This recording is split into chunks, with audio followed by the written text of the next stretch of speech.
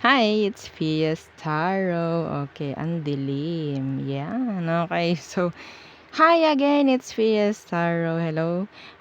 Virgo placements. Okay, so syempre, before tayo mag-start, this is love reading regarding your current and singles. Oo, syempre, before tayo mag-start, kung hindi ka pa nakakapag-subscribe, please do subscribe and hit the notification bell para lagi po tayo maging updated sa mga mangyayari pa lang. Okay, and yes, don't forget na mag-follow sa atin pong FB page. And kung meron pong tanong pagdating sa private reading, can message me sa akin pong FB page for more info.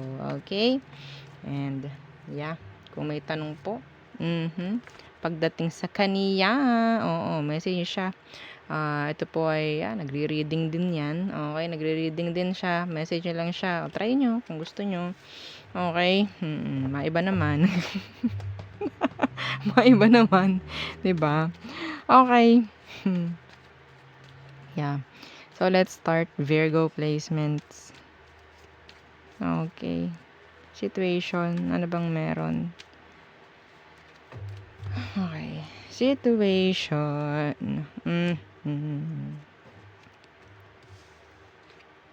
Okay. The Nine of Swords. And, the Six of Cups in reverse. This is past. Someone is thinking or overthinking about the past. Meron ditong nagbe-blame sa sarili. Nakakuha ko ng ganan.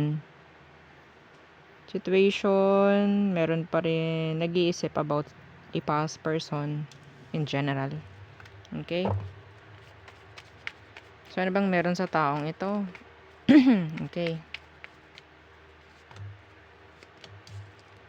Oh, the King of Swords in reverse and the Nine of Cups in reverse. So, niloko kayo. Ganun lang kadali.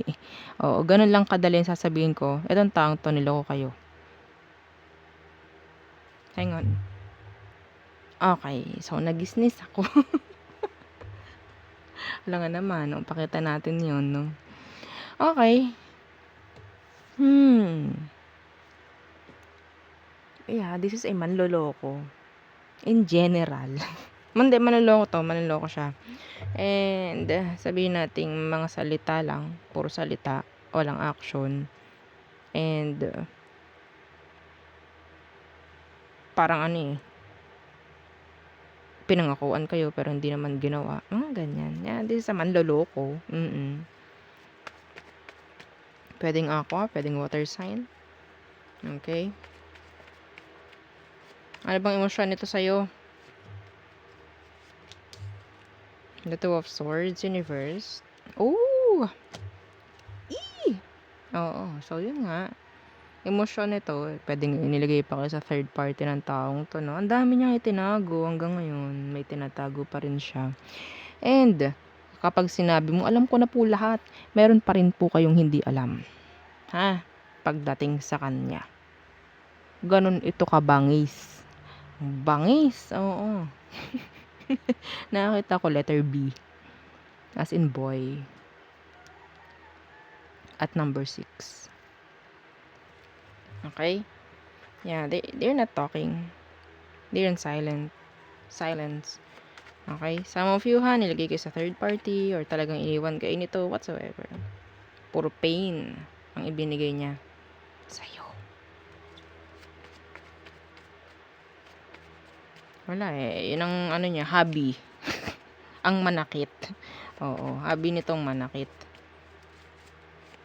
Anong next action niya, if ever? The Five of Cups in reverse. The Empress in reverse. Kaya pala. So, itong taong to, may chance na nasuyuin ka. Mapababae, mapalalaki, ha? Susuyuin ka na naman. Ganto, ganyan. Magbabago na ako. Whatsoever. Yung mga gusto mong marinig. Pero puro kalokohan lang yun. Puro kasinungalingan lang din. Walang katotohanan sa mga gagawin nito. Next action niya is gumawa ng kung ano Pero walang katotohanan yun dun. Walang katotohanan, walang progress dun, walang pag-level up. Okay? Okay. So, yeah.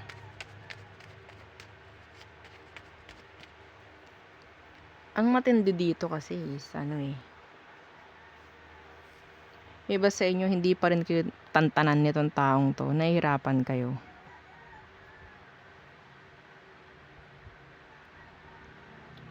Ang problema, kasi para siyang on-off, para siyang in and out na energy sa inyo. Mawala, lilitaw, lulubog, lilitaw, parang ganun. So, nandyan ka, na-stress ka sa kanya. Ba't ka kasi na-stress? Bakit kasi tinatanggap mo ng tinatanggap? Ikaw sisisihin ko dito eh. Alam mo naman pala eh. Kasi nga naasa ka. Ulit-ulit lang to. Sino ka? Virgo. Ulit-ulit lang to. Okay? So, advice. Anong advice for Virgos? The Chariot. Move on. Okay, let go.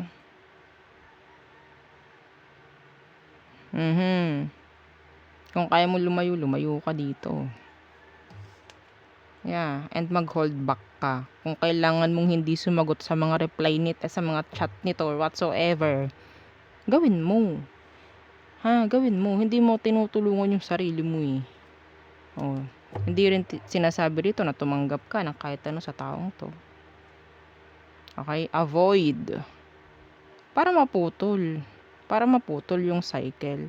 Hindi ito mapuputol kapag ikaw itong palaging, okay, balik na ikaw.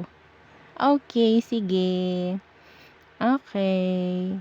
I understand. Ay, wow.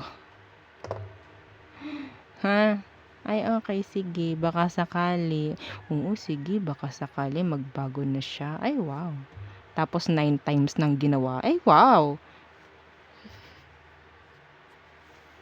Huwag niyo lokohin sarili niyo. Okay? Wala tayong dapat ganito, Wala tayong lokohan sa sarili. Niloloko na nga tayo, niloloko pa natin sarili natin eh. Okay? So, you need to move on. You need to, what? Focus on what? Holding back. Hindi pagsagot sa mga ganyan. Kung ikaw na nabubwisit ka, napupurwisyo ka ng mga ginagawa niya lately, hindi ka na dapat mapurwisyo. Okay? Hindi na dapat. Kung sa tingin mo paglayo lang ang isang solusyon dito, gawin mo yun. Ang problema dito, nagre-reply pa tayo eh. As simple as reply. Nagre-reply pa kasi tayo. Tapos sasabihin, wala na naman, ganito, ganyan. Paano po kaya ito? Paano po ito matatapos? Paano ko po ito matitigil? Ang pagpangungulit niya sa akin, ayoko na po eh. Hello?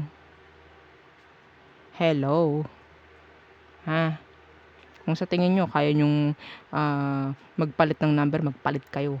Kung kaya nyo. Kung wala naman masyadong kaimportantehan yung number nyo na yan, at siya lang naman nakakaalam, palitan nyo na! Palitan nyo na. Okay? Ganun lang. Pinapahirapan nyo rin sarili nyo eh. Ayaw nyo rin, kaya ganun. Okay?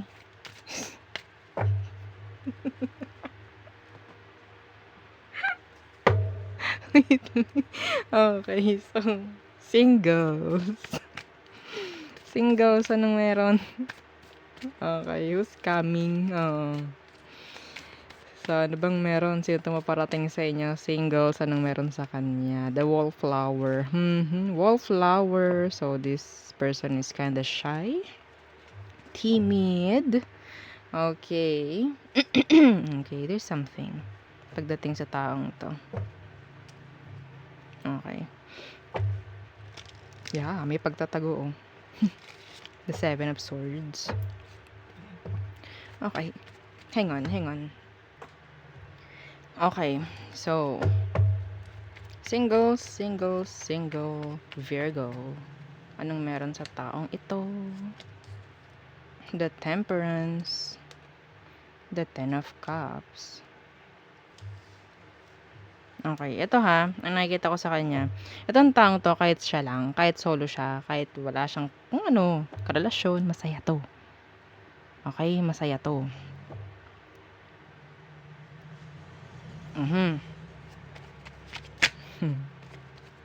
Ano bang meron? Bakit makakonect to? Anong intention nito? Anong intention nito para sa mga Virgo? Oh, the Nine of Pentacles in reverse and the Two of Pentacles in reverse. Hello. Okay. Well, yun nga eh. Ang isang sabihin natin hindi magandang side ng pagiging masaya ng siya lang is okay yan kapag makakommit mo. Pero handa yan at hindi mahirap para sa kanya ang bumitaw. Some of you, ito aalisin ko yung ganong energy. Itong taong ito, sabihin natin they're like finding someone na para ipadama sa kanila yung importansya, ipadama sa kanila na iparamdam sa kanila yung kasiyahan. Itong taong to, kahit they're like looking or searching sa someone na pwedeng magbigay ng kasiyahan sa kanila. Okay? Pwede rin ganun. And then after, kapag okay na sila, they'll drop you.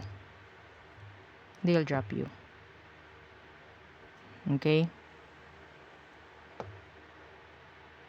Anong meron? Gusto kong makakita eh. Pagdating sa taong to, ano yung specific? Pagdating sa kanya, para maiwasan na. Anong meron sa taong to? Ano tong wallflower? The Nine of Wands in reverse. They're open. They're open. Some of them may trust issue. Okay, napaka-open ito. Yes. Some of them, talagang sabihin nating nagmo-move on. Okay, nagmo-move on sila. So, kapag okay na, may chance na umalis. May chance na i-drop ka. Okay, so dalawa yun ha, dalawang energy. So, tingnan natin ano bang maganda na advice kapag nakita mo na tong taong ito. Well, tingnan natin ano bang emosyon niya. Anong emosyon niya sa'yo, Virgo? The World in reverse. So, hindi pa rin totally, the Ten of Pentacles. May problema tong taong to. May problema tong taong ito. Sa totoo lang. Sabihin nating may chance na maging okay itong sitwasyon na to. Yun nga lang, parang hindi balanse. Walang balanse. Para kayong para kayong I don't know bakit ganun yung pakaramdam ko. Like, maghahanap itong taong to ng someone para makumpleto siya. Parang ganun.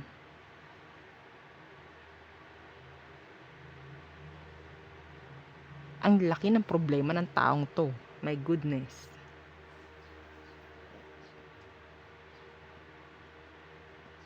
Iba sa inyo ha, may mga sitwasyon to sa past niya na hindi niya sasabihin.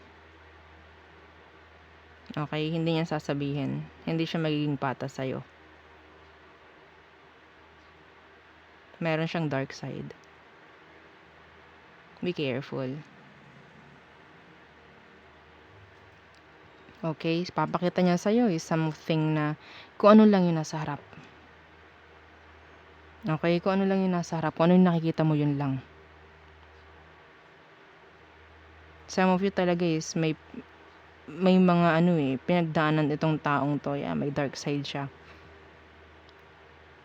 na pwedeng magresulta ng hindi maganda sa inyong dalawa. Hindi kayo magkakaintindihan, ganyan.